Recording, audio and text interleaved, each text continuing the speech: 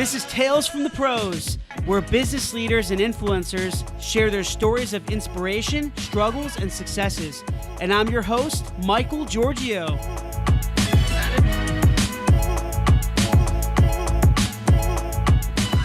Hey everyone, welcome to Tales from the Pros on this beautiful Friday. Actually, I don't know how beautiful it is. It's kind of raining outside, but it's okay. We do have a blood moon. That's true. There's a blood moon. Blood moon. Blood moon. Yeah. Blood moon. This is Michael Giorgio, your host and co-founder of Imagine Ovation. I have a very special guest with me here today. His name is Matthew Bergens, who was commissioned as an officer in the U.S. Army and was stationed at Fort Bragg, North Carolina, with the infamous 82nd Airborne Division. And in late 2015, Matt was diagnosed with cancer. He went through multiple surgeries and radiation and was later medically retired from the Army. And Matt seeks to attend medical school with hopes to helping children fight cancer, as he did himself. Which takes us here today on how he founded BailaCura, which is basically one-of-a-kind dance festival connecting the power of dance to cancer patients and in the medical community. The proceeds from BailaCura get donated to the University of North Carolina's Lineberger Comprehensive Cancer Center for cancer research and treatment. Matt, thanks for being here today, man. I really appreciate it. I know you're super busy, man, so... Thank you for having me, Michael. I really appreciate it. Absolutely. So, Matt, me and you have known each other for over 2 years now. Has it been over 2 years? It's been longer than that, I think. Has I think it's going on 3. Wow. It's been a while. Time flies, huh? Yeah, absolutely. But yeah, we've become good friends, and now I'm involved in BailaCura since the first year of the event, being on the committee. So really want to do this episode on Tales from the Pros and getting the word out there about your story and your purpose behind BailaCura and your struggle with when you had cancer and that first phone call that you got from the doctors and how you overcame it and just really the inspiration behind this amazing event. So with that being said, in this episode, I want to take a deeper dive into letting the world know about your journey to BailaCura, as I mentioned before. So can you tell us what happened leading up to finding out that you were diagnosed with cancer? What happened? Okay, so... You can cut anything. So long story short, I was, an Army officer at Fort Bragg, and during a routine checkup, the PA for my battalion had felt my neck, and you get a lot of medical tests because the Army has to have a readily deployable force. Mm-hmm. And the PA felt a bump on my neck, and later that night, actually, I was immediately scheduled for an ultrasound. At the time, I didn't know ultrasounds were anything but pregnancies. Really? Yeah, I didn't know. I never had an ultrasound before that. But they scheduled it for 2 a.m. And so I got off work, woke up at 1, headed to Womack, got an ultrasound. The next day, I was in the office of my PA, who then referred me to the ENT physician at Womack, who then referred me to UNC at the ENT clinic there. Mm-hmm. Met with Dr. Patel. He's an amazing physician. Saved my life.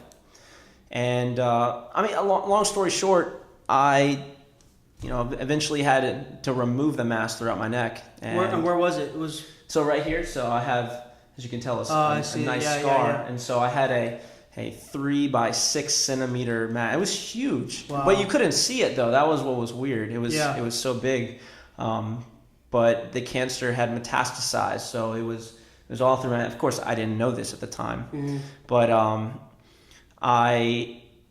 when I got referred to UNC and I met with the doctor kind of said, hey, it could be anything from cancer to just a benign growth. We really don't know until we take it out. Because there's with the arteries and the veins, they didn't really want to, it wasn't in a good place for them to biopsy it. So I did what any 20-something-year-old would do and put off the surgery because I wanted to do some training. Nice. And so when I got out of the training, got back, removed it, and 2 weeks later found out it was cancer. And what stage was it at when you found out? I think it was stage 2 because it was diffused throughout my neck, but the staging is it depends on the type of cancer, also how old you are, but I believe it was stage 2. Wow. So when you found out it was cancer, like what were the emotions that you had? I mean, what were the feelings and the emotions that you had? Were you did you already jump to conclusion like, oh man, this is it, or did you not? Did you kind of just slow your train of thought a little bit and be like, it's okay, I'll be fine? That's a really good question. It's weird because when you're told, hey, you have cancer, you remember certain things about that day in vivid detail. And then there's other things that I have no idea what transpired. So what happened was I was at a follow-up outpatient surgery, and they're just checking to see how the scar was healing and whatnot, and to get the pathology back. Yeah. So the doctor brought me in the room, sat down, and checked it, make sure it was healing well, and then said, the pathology came back and said you had cancer. I think we talked for about 20 or 30 minutes after that, where he talked about treatments and what it means. But honestly, beyond you have cancer, I didn't hear a single other word. Wow. And I'm pretty sure there's a lot of patients that probably would feel they had very similar experiences. Once you kind of hear it, you kind of block everything out after that, and you really just focus on that phrase. So when you found out, and I know you're kind of going through all these different emotions, did you go straight to treatment? Was it all immediate, or they came up with a plan for you? How did that kind of transpire? How did that happen? They scheduled another surgery. They had to do some more scans and testings to figure out the full extent of where the cancer had spread. They had to do some genetic testing to see what kind of mutations were in it. But eventually, I think a month and a half later, then I had some more surgeries. And then after that, I had radiation, and then I had a year and a half later another surgery to get some cancer that had, we didn't got it all. So. And what were really the treatments like during the entire process? So you were going through the entire treatment for over a year? So it was, I think, 3 different surgeries, and then the type of radiation I had wasn't the type that you normally see, where there's a machine or something and blast radiation. But I actually ingested radiation. So the type of radiation there was a radioactive iodine, and you ingest it, and then the because of the type of cancer I have, the radiation would travel to this cancer cells and would kill them. So I drank or swallowed a pill of radiation, which is really weird when you think about it. I remember right after you do it, so you go downstairs, and then they have the radiation room behind this really heavy door, and you walk in. I was in like flip flops and gym shorts, and the guy's in this full hazmat suit, and I'm like, should I be in here right now? And so they pull this little pill out, kind of like the Matrix, and they make you swallow it, and then when I walked out. The blue pill? Yeah, when I walked out, there was a guy with a Geiger counter, and he pointed it at me, and it went shoot. So that was a very weird experience, to say the least. I remember I had to go home after that and stay isolated for a couple of days or a week or so. And when I did that, on the ride home from Chapel Hill to Fort Bragg, where I was still living at the time, I played the song Radioactive the whole ride home, because I was radioactive. Oh my gosh. That's crazy, man. I like it. So you're going through the entire process, and was it something that, so you had to go through all this radiation, but I mean, there's a lot more treatments than that, isn't there? It's not just the radiation, because I don't know enough about it, so that's why I want to know. So it really depends on the type of cancer, and now that I'm interested in oncology, so right. I had a political science and Spanish majors in college, and tried to avoid taking any biology and chemistry class I possibly could, because it just wasn't my interest. But now I'm grossly fascinated with pathology, with oncology, with the concept of cancer and the mutations that happen. Yeah. And it's hard to explain without getting into too much details of the biology of it, but no cancer is alike. Every cancer is different. So we talk about the word cancer, but realistically, it depends on the type of cell that it became malignant from. So for instance, a brain cancer is going to be very different from lung cancer, which is going to be different from prostate cancer. And so depending on the type of cell also depends on the treatment. So all the treatments are different depending on the type. Now depending on, maybe it might be the same treatment depending on the cancer. It might be the same chemotherapy regimen. But there's a vast variety of different treatment options. And of course, your goal is to kill the cancer while doing as little harm to the patient as well. So there's a lot of things that are taken into consideration. And because we've advanced so far within treatments for cancer, there's been tons of research that has gone in to try to ride that line between killing the cancer, getting rid of it, and then also doing as little damage to the person. And so with you learning so much about just cancer and you going through it and overcoming it, what are your thoughts on cancer research? Because we know BailaCura, all proceeds, everything goes back to UNC Cancer Research, but for children. But what are your thoughts on the validity of everyone kind of donating everything back to cancer research? And I'm sure you've done so much research on that. What are your kind of thoughts on that? So I think the research behind it is imperative. So if you look at medicine as it's progressed over centuries, cancer was thought of. So there's this book that I was very fascinated in that I read when I was a patient before I really truly understood biology and cancer itself. Yeah. But it was called The Emperor of All Maladies.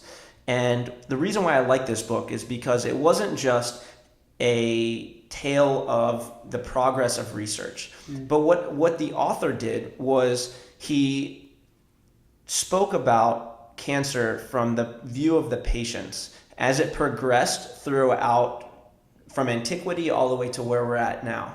And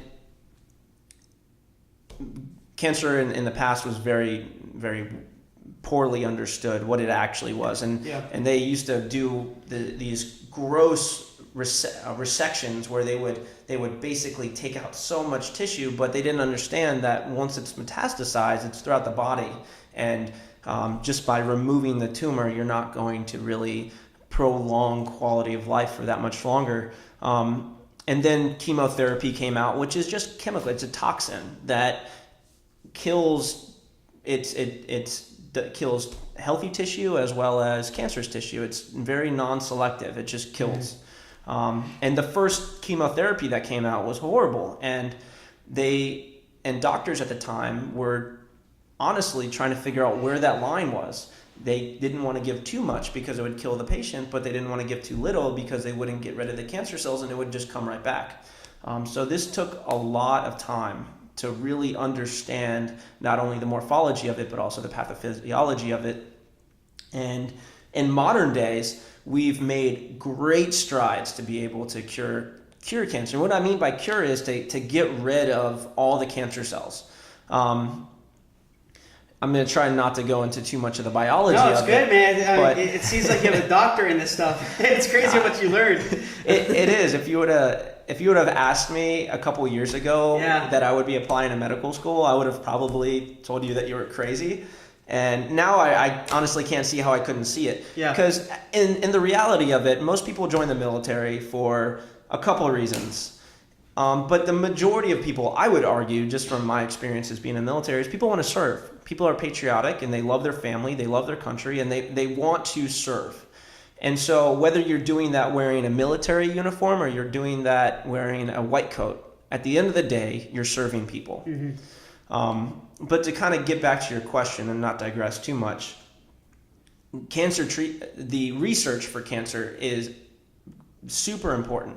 Not only will the research for advancing understanding the basic biology of cancer improve health, but there's the advent of immunotherapy, which you're using the immune system, you're reprogramming the immune system to kill the cancer. There's gene therapy where you have a mutation within a gene and they're going in and they're able to cut out that mutated part and insert the correct copy.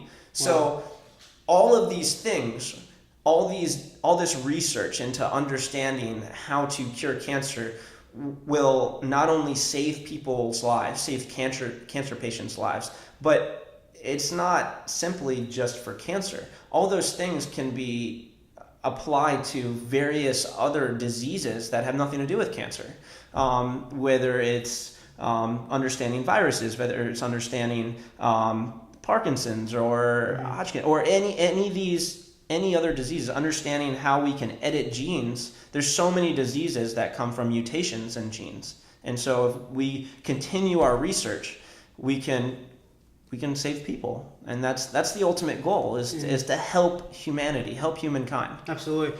And I think my aunt died from cancer, breast cancer at 36 years old, and she was going through it with, for over 3 years, I think.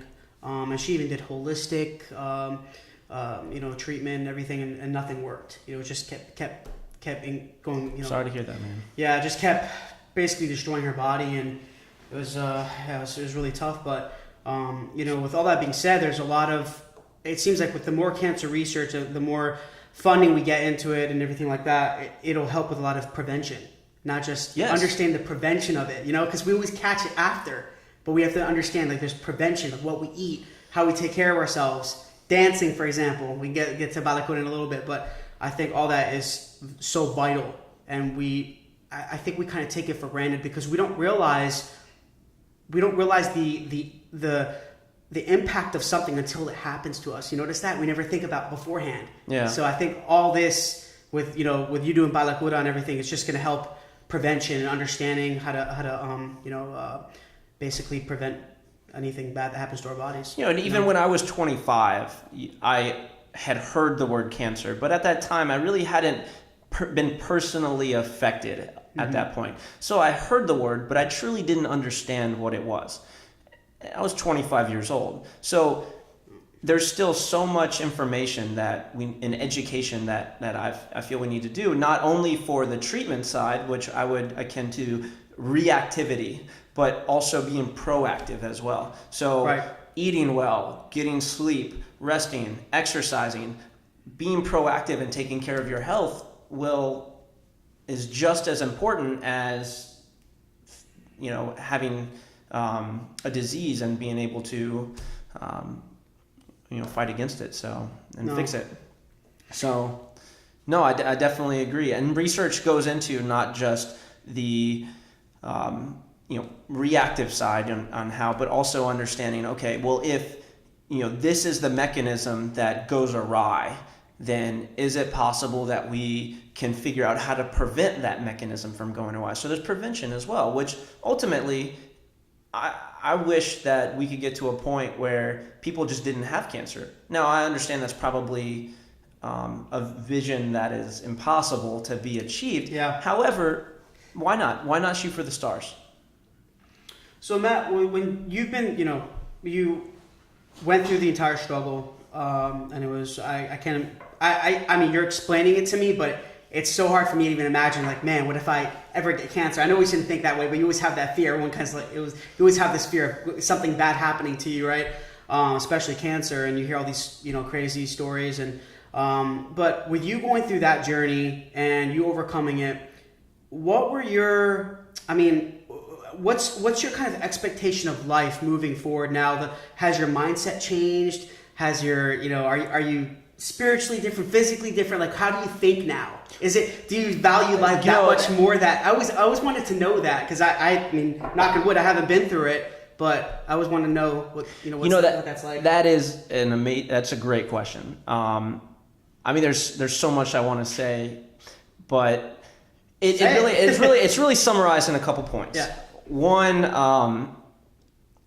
when I was younger, I'm pretty sure, just like every other 20-something-year-old, felt a little bit of invincible in life. Mm-hmm. And that was really a wake-up call to realize that I wasn't invincible. And, I would say probably, I don't think I've ever actually admitted this to anybody, and definitely will never admit it to myself, but I probably had, mild depression as I was going through it. I stopped working out as much, to the point of 2 months after radiation, I had stopped working out. I had stopped going rock climbing, doing all the things I love. So at like 3 o'clock in the morning, I signed up for my first marathon and ran it the next month without training. I just went ahead and did it because I was trying to prove to myself that nothing had changed. Post-cancer, I was trying to convince myself that I can still live the exact same life before it. But it wasn't until that I accepted that everything had changed that my life started to heal. So I would say the first thing that I did was accept that I had to move on from here. And that was so powerful for me.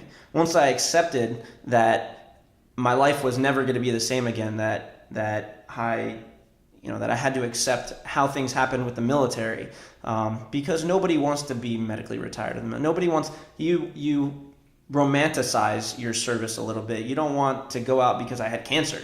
That's not how I wanted my service to end, but that's what happened. And so you have to accept it and you got to keep moving on.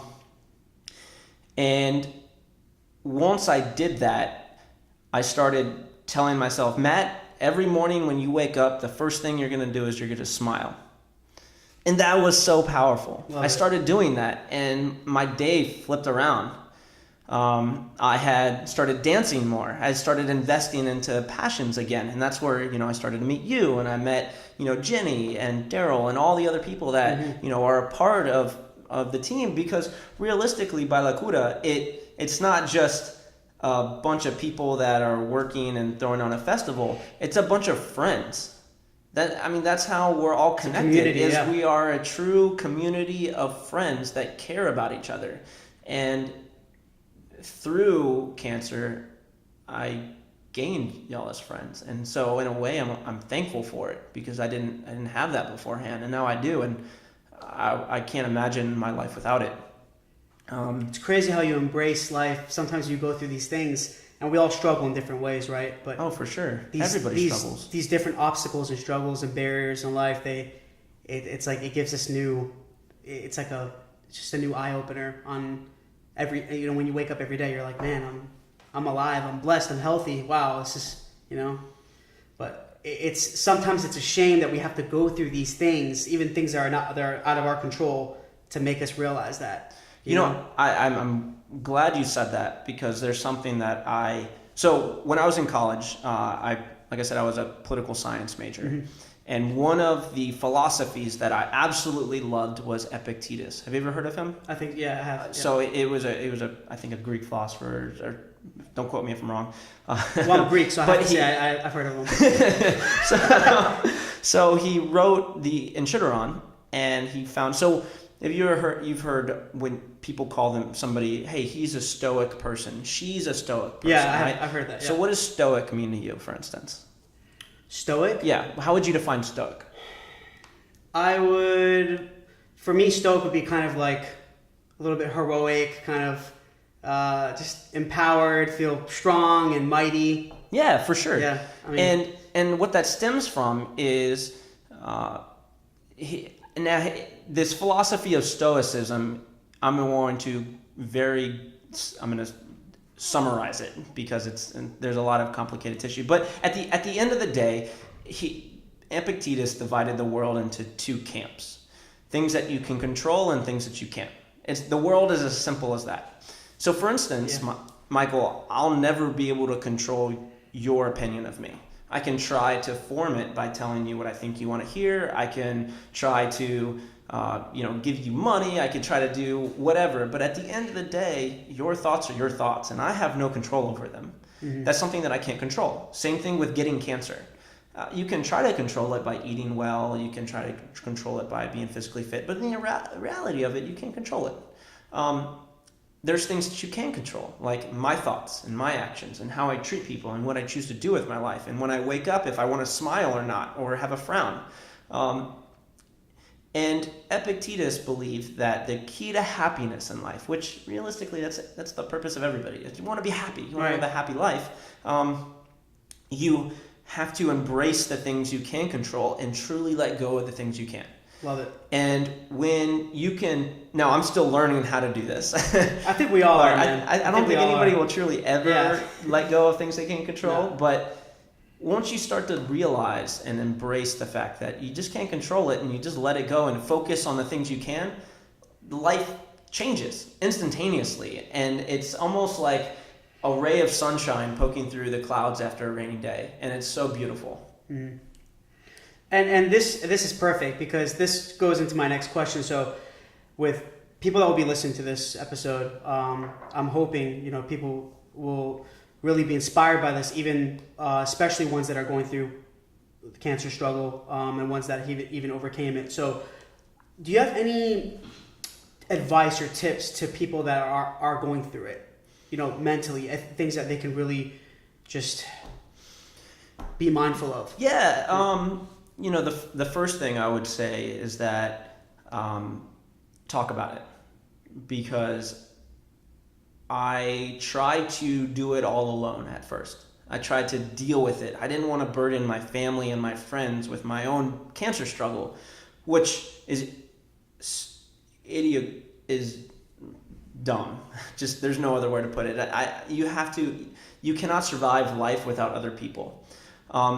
So I had to learn that it's okay to talk about it. It's okay to share my struggles. It's okay to ask for help. That's something that I really had to learn. And I lost a lot of relationships because I pushed people away, including romantic relationships and just friendships, because I wanted to survive on myself. I didn't want to ask anybody for help. So I would say that accept it. It's okay to ask for help. I had a friend that once told me that a bank that only gives out loans will go broke. A bank that never accepts deposits. And so sometimes you have to receive. You can't always be the giver. And I had to learn how to receive. I had to learn how to ask for help. And once I did that, it strengthened the relationship because it wasn't a one-way street. It was a two-way street. And I would say that was the first thing. And then honestly, the second thing, it goes right back to Stoicism. There's things out of your control, and you just focus on what you can do. You're going to have treatments, and you're going to have a long road ahead of you, but don't let that stop you from living life. So I think those are probably the two most, for me at least, the two most important things is to ask for help when you need it, and also don't let it stop you from living life. Still focus on you. Still do what you want to do. If you want to take a trip, go take a trip. Go visit the world. Go travel the world. Embrace your friends. Go dancing. Who cares if it's till midnight on a Tuesday? Go anyways, and catch up on sleep another day. Love it, man. Yeah, that's great advice. I think that's going to help a lot of people, man. Really, thanks for sharing all that, Matt. So this leads to BailaCura. Let's talk a little bit about the event. So let's do it. What was the initial trigger? I mean, yeah, you went through crazy struggles. You went through cancer and you battled it. You overcame it, which it's unbelievable. I love hearing stories like that. So what was the initial trigger that you had to start this event? So how did it? Great question. So BailaCura started as an idea on the beach. Idea on the beach? Idea on the beach. So Port City Salsa Splash, run by our friends at Wilmington Latin Dance. Yeah.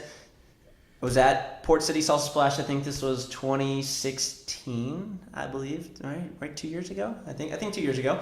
We're sitting on the beach talking with some friends, and I made the offhand joke. What if there was one of these festivals that donated all their money at the end of it for cancer research or something? And I kind of just made this offhand side comment, and my friend looked at me and said, "You won't." That was it. And so I did. Well, I should say we did, because honestly, I couldn't have done any of this by myself. I think we're up to 17 people on our organization team now. 17 people. And it all started with that's crazy, isn't it? Yeah. A big committee. A handful. Yeah. But yeah, it started on the beach, and then we took a couple months and we really thought about what it would look like.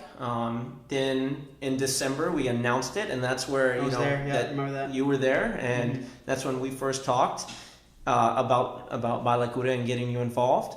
And then it's just exponentially grown from here on out, and now we're a 501c3, and it's great. It's great.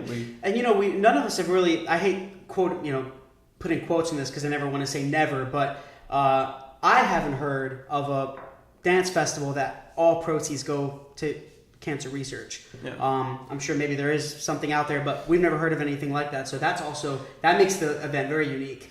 And what's also unique is this is to our specific dance community, because there's thousands of people across the United States that love salsa, love bachata, that love Latin dance. And there's every weekend there's a congress in New York or in Texas or California, Florida, but none of them are a nonprofit that donate their money to cancer research. And so that's where we are unique, and that's where we stepped in. But the beautiful part is, and this is where it's absolutely amazing to see what a community can do, is as we've started to grow, I've made connections. Well, as an organization, we've made connections with these other congresses who I said, you know what, that is an amazing cause, and our festival, well, here, take a couple tickets, donate it, raffle it off, raise more money. Our festival is going to support you. And to have not only the community here, the local dance community, but also festivals from around the country support us. Recently, and as far as Los Angeles, a festival in Los Angeles that's coming up in August, they're behind us, which is amazing to see that. It really is. Isn't it crazy how when you start something like this, how much people are willing to give? It is. It sounds a testament. It sounds to kind of cliche, like obviously, but it's not as. I don't find it as common as you think. You create something with a great purpose, and for me, I always talk about motives and purpose in all of my episodes. I love it. It's one of the most important things for me is having a powerful why, having a powerful purpose and motive behind what you do. And I feel with the reason why you're doing this event, people can see that. Yeah. People can understand it, and it inspires them and encourages them, and they're like, you know what, I'm willing to give 100%. This is such a great event, such a great cause. And at the end of the day, nobody on our organization team takes a salary. So everybody puts in tons of hours to put this event on, and they do it out of the kindness of their heart. And I think that's one of the amazing testaments to not only our organization team, but our community. Because I don't take a paycheck for this. I do this simply because I want to. And I've been there and I've struggled, and I want to do my part to help be a part of the solution to save kids from cancer. And just like everybody else, I feel like, you as well, you just want to be a part. You just want to help and give. And that's a testament to the humanity behind us. I think it's very important, we live in a world where there's so many, materialistic things and, even social media and all, where it's so dependent on all these things. But I always say when you die, you're not taking any of this with you. Right? It's true. It's true. And I love doing these kinds of things because I'm like, you know what? I want to help and give as much as I can because I can impact as many people as I can in my life. And I know when I die, I did something great in my life. And what better than that, right? And at the end of the day, we're all going to die. And that's one thing about life is, I guess, once you've faced your mortality, you're very special because you know how precious life is. And because of that, like I'm not going to ever care about having $1 million house. That's just not something I'm interested in. And once you realize how short life is, you're willing to do things out of the kindness of your heart just because you care and you want to help other people. Like you're willing to make connections. I'll give you the shirt off my back just because, you know what? Why not? We're all people. We're all struggling together. We're all connected. We're all here. And if I the same pain and I joy. give, you give, and it's all groovy. Yeah, absolutely. As Austin Powers would say. So on more of I wouldn't say more of like a business perspective or nonprofit. The BailaCura is a nonprofit. Yeah. So hit me. We want to expand BailaCura. Yep. So what are your thoughts in terms of, what are your goals in terms of how you want to expand BailaCura? I know we talked a little bit about this internally, but you can kind of share with everyone. So we started, so last year was our first year, which was honestly an amazing turnout. We were able to donate almost $13,000 to UNC after the event. And we had, 200 people at our first charity gala, and had like 10 dance performances with people spinning on people's heads, and workshops, and it went 4 days, and it was great. And so we moved it to a hotel now, so it's all going to be at the Sheraton Imperial minus Thursday. Thursday's going to be at Carmen's Cuban Cafe for our pre-party on Thursday. But we want to make our gala bigger. I think we can fit up to 330 people this year. And so I want to fill the room with 330 people. Because last year, one of the things that I heard the most was... I think there will be more, by the way, but that's just me. I hope so. But the one thing that I heard from everybody was that they were truly moved at the gala. From the flowers that we gave to Lulu from BailaCura, to the performances, to the speeches, to Lorelai, the young little girl that is a cancer patient and being treated at UNC, and telling her story, and all those things wrapped up just truly impacted people. There was a feeling of people were crying at the gala, people were laughing, people were happy. It was a full range of emotions. Yeah. And so that's what I think makes us special, and that's what I want to keep, and that's what I want to instill as we get bigger. And I want more people to come. I would love to expand to different cities. I would love to franchise. I mean, there's so many opportunities and ways to grow that honestly I'm still trying to figure out in which direction are we going to. I mean, of course it's step by step, but I think this is something that can not just go nationwide, man. I think this is it could be a big global movement. Because who doesn't love to dance? Exactly. And this is perfect. So I'm going to stop there. So the next question. All right. Dancing. Yes. It all impacts us. I love it. It's the we foundation all dance, 3-4 days a week. Salsa, bachata. I love it all. We're dancers. Kizomba, zouk, all that.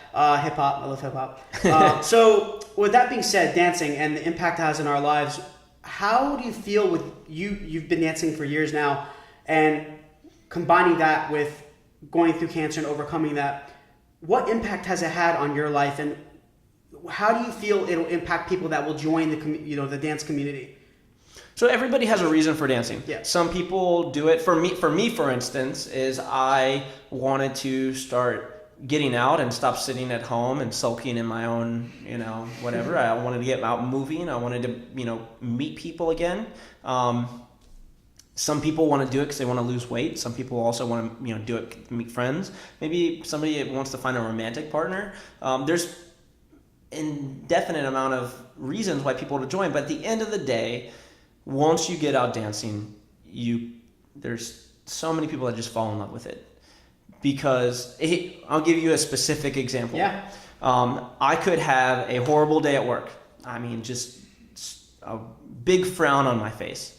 And I can go out dancing that night, and I don't have to say a single word to somebody. And in one song, the smiling, the connection, just the fact that you're connecting with somebody else, I don't even remember why I was frowning before that, and I'm just smiling.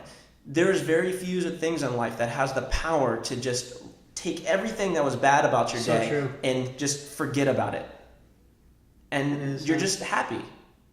And at the end of the day, like we said earlier, that's the point of life, is just to be happy.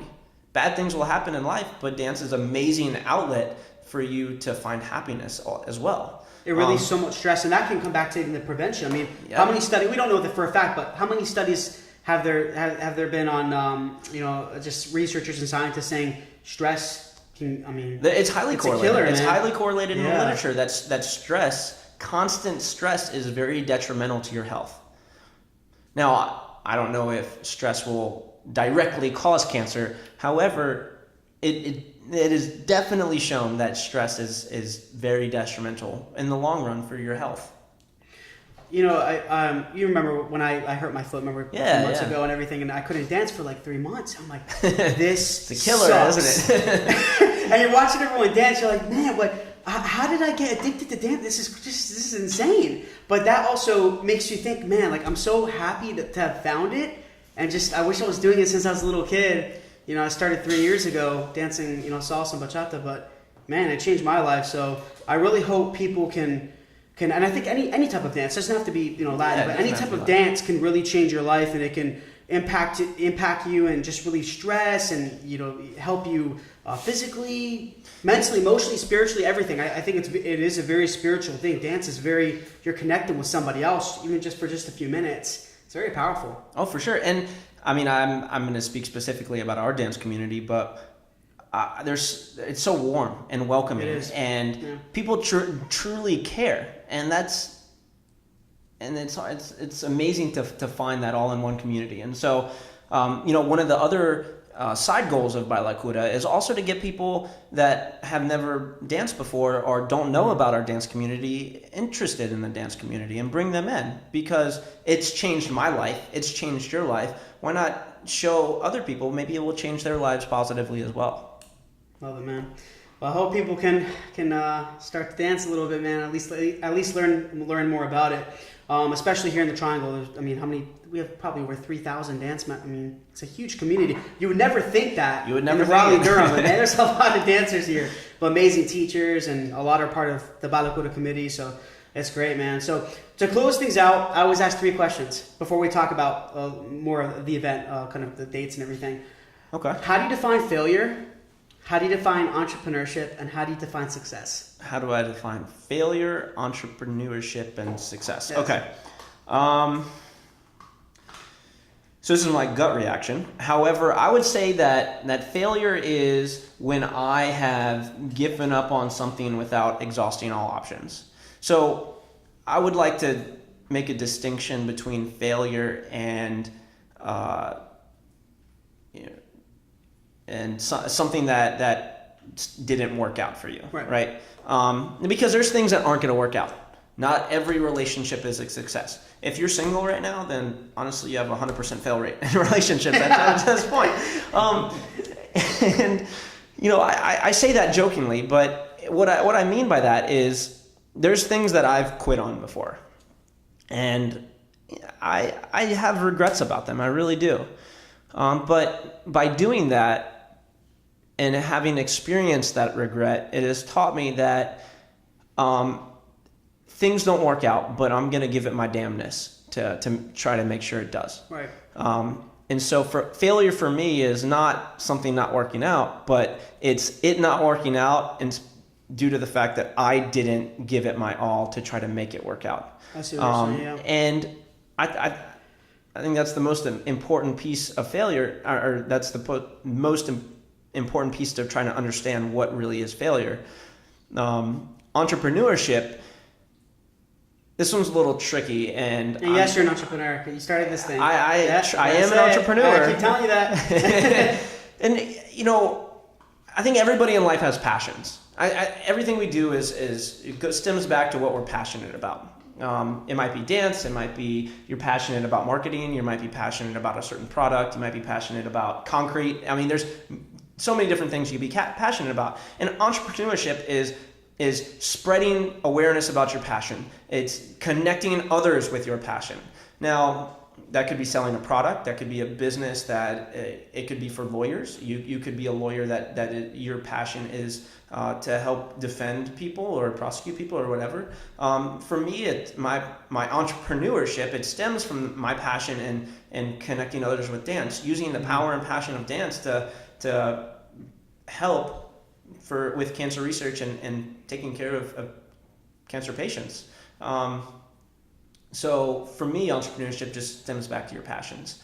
And success, you know, now that I think about it, success is a little bit more harder to define than failure, but it's very subjective. Yeah, it's very subjective. I guess everything is. I don't know. Success for me is very elusive because there's no tangible this is the end and you know I've achieved success. For instance, BailaCura, we had a very successful first year, but as soon as the first year ended, what did we start doing? Preparing for year 2. Mm-hmm. So it's a train, and as it continues, or even with medical school, we'll hopefully, get accepted and then one day complete 4 years and become a doctor. But as soon as you get an MD or DO or JD or whatever your degree may be, is that success? No, you're just starting the next part of your journey. For me, becoming a MD is not success. Success for me is helping patients. So, well, that's it. And that's not there's no tangible line where that success can be drawn. It's just it's flowing throughout the rest of my life until my last breath. I will continue to be successful as long as I give all my efforts possible with my passions and not giving up and trying to help as many patients as I possibly can. So, yeah. Perfect, man. Yeah, that's kind of... Love it. So, all right, let's talk about BailaCura, September 20th through the 23rd. Yes. Go all out. That Thursday through Sunday. Let's see. We are bringing amazing artists. We had amazing artists last year, and we're bringing some amazing artists. We have Junior and Emily that were on America's Got Talent. They're returning. We have Eddie Torres, the Mambo King. He's going to be coming with his wife Maria. We got Brandon and Michelle from, I believe she's from Connecticut and he's from Portland. We got Vladdy and Carla, a famous international bachata couple. Victor Hernandez with Spirits in Motion. Luis and Victoria, Latin Swag from DC. Brad Messia. Luis and Jess with Alma Atlanta. You can see that we're hitting so many major cities across the United States that are all coming to support our event. And by the way, people don't know who these performers are. They're very, very well known. Like they're dance influencers. Let's just call them that, right? That's how I want to say it. These people are professionals that have been dancing, most of them for over a decade, that travel around the globe to teach and perform and share their passion, right? And also I got to give it up to our local dance community as well, because our local dance community are the people that stood behind us from the beginning. So I got to give a shout out to Aura Dance Studio and Triangle Dancers with Jenny Geska and Annie Velez, and the Cobo brothers, Wendy and Rodrigo. Got to give it up to the man Beto, Norberto Herrera with Mambo Dinamico Dance Company. Wilmington Latin Dance, JP Dance, Somos Mambo, even Tanya from the Mambo Room, Amber Caldwell, who's now running the ISA Dance Project worldwide in Raleigh-Durham, North Carolina. Then we're bringing in DJs. I'm sure most people who dance or listen to bachata has heard of DJ Soltrix. He's going to be DJing. One of my favorites. Yeah, it's amazing. We got also Mario from New York that's coming, DJ Guelas, Christian Sola, Lorenzo Hare, DJ Mike Aranya, Alex Rodriguez, and then I definitely have to give it up to our local DJs that have just taken over Latin Vibes Entertainment with Julio, Mike, and yeah, we have so many people that are coming. Then I also have to give it up to we have Yami Dance Shoe Company. They're going to be coming and they're going to be selling. Their shoes are absolutely impeccable. So they'll be vending at our event. They as well as Energy Flow Activewear from Crystal. She'll be selling her awesome products. Everywhere I see, girls are wearing her clothes. So it's crazy to see in less than a year how much she's progressed and spread. Then I also have to give it up to our sponsors. Our first platinum sponsor, Bell and Howell, a company out of Research Triangle Park. They have stood behind us last year and this year, and then Imaginovation, y'all have stood behind us from the beginning as well. The list can go on and on, but not only do we have amazing dancers, we have Jimmy B. Yes, I recently found out that Jamie Valvano will be our keynote speaker from the Jimmy V Foundation. She heard about our event through one of her friends that's a dancer as well, and she wants to be involved and be sponsoring the event, and it's amazing to see everybody kind of jump in behind and support. Super humbled, really am. But yes, we, between vendors and sponsors and artists, I honestly I'm so ecstatic, and so I can't wait to see what happens this year on the 20th through the 23rd. I think it's gonna be a great year, man. I really do. And if anyone wants to become a sponsor, visit the website. Yes, www.BailaCuraNC.org. That's BailaCuranC.org. There's tickets. All our tickets are on Eventbrite. We have tickets to the festival itself that includes the workshops and performances and the social dancing. And then for the gala is a separate ticketed event. Gala's amazing.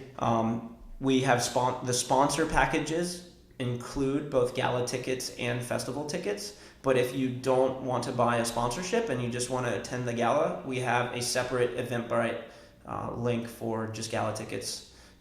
We have each table seats 10, so you can get an individual and let us know who you want to sit with, or you can get a table ticket and go in with 10 people and save a little bit of money. Either way, definitely can't wait to see how many people, all the people that show up to the gala, and can't wait to see the amazing performances that we have. We have a couple surprise ones. I will not talk about it now, but I am so stoked for some of the performances that I really think that it's just going to wow people, wow our attendees. But in addition to that, I just want to thank everybody from the beginning, including yourself, Michael. Yeah, man, no problem. Thanks for the opportunity, and being part of the committee has been such a blessing in my life, and just great to have you on here, man. Thanks for taking the time to be a part of this. Really appreciate it. And guys, really, I hope you can share, this episode, and I hope that you can be inspired from it and encouraged, and just know that we all go through different struggles and obstacles in life, and we're all here together, and we're all here to fight it together. So just know that you're never alone, and we're always here. Always great people around you. So get the support from your family and friends and your community. So Matt, thanks again, buddy. Really appreciate it. And again, everyone, this is Michael Giorgio, your host from Tales from the Pros. And until next time, peace. Hey guys, thanks a lot for watching Tales from the Pros. Please subscribe to our YouTube page and also follow our social media. There are links somewhere around here. But we really appreciate it, guys. Thanks for all the support. And I'm going to be giving you awesome content continuously. And we look forward to seeing you soon.